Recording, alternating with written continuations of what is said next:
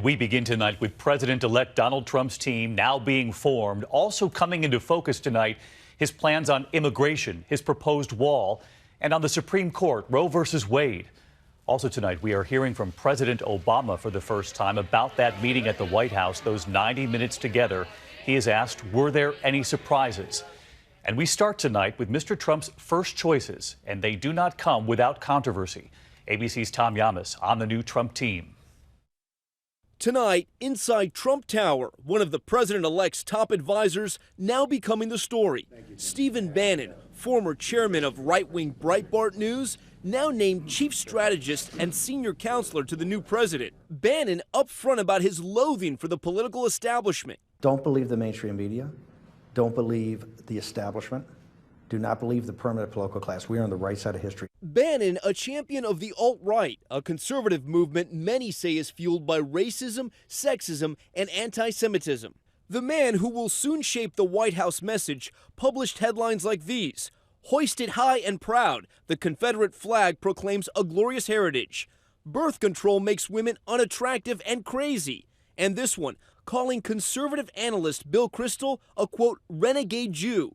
Today, the Southern Poverty Law Center saying Bannon simply has no business in the White House. The Anti-Defamation League calling him hostile to core American values. Steve Bannon has been the general of this campaign, and frankly, people should look at the full resume. He's got a Harvard business degree, he's a naval officer, he has success in entertainment, I don't know if you're aware of that, and he certainly was a Goldman Sachs managing partner. Brilliant technician. Bannon's appointment comes amid ugly fallout from the election. These words scrawled near a church in Maryland, Trump Nation, whites only. And in one Pennsylvania school, chants of white power. White power! In a Michigan cafeteria, Latino students harassed by chants of build the wall.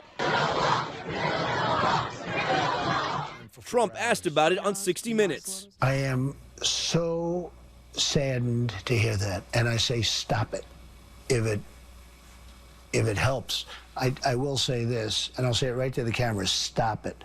The president-elect now turning his attention to the Supreme Court, vowing to appoint justices who will overturn Roe v. Wade. I'm pro-life. The judges will be pro-life. If it ever were overturned, it would go back to the states. So it would go back to the states. Some women won't be able to get an abortion. No, it'll go back to the states. By state? No, some... Yeah. Well, they'll perhaps have to go to another state. So would same-sex marriage go back to the states as well? It's law. It was settled in the Supreme Court. I mean, it's done. Trump still refusing to reveal his plan to take on ISIS. You said you knew more than the generals about ISIS. Well, I'll be honest with you, I probably do, because look at the job they've done. Okay, look at the job they've done. They haven't done the job. Now, maybe it's leadership, maybe it's something else. Who knows? And what about Trump's promise to build a border wall? Are you really going to build a wall? Yes. They're talking about a fence in the Republican Congress. Sure. Would you accept a fence? For certain areas I would, but certain areas the wall is more appropriate. I'm very good at this. It's called construction. The Wall Street Journal reporting that after his meeting at the White House, Trump was surprised by the scope of his new responsibilities. But on 60 Minutes, nothing but confidence. Are you in any way intimidated, scared about this enormous burden, the gravity of what you're taking on? No. Not at all. I respect it, but I'm not scared by it. And Tom Yamas joins us live tonight from Trump Tower. And Tom, President-elect Trump has been fielding calls from world leaders over the last several days. And today he had his first conversation with Russian President Vladimir Putin.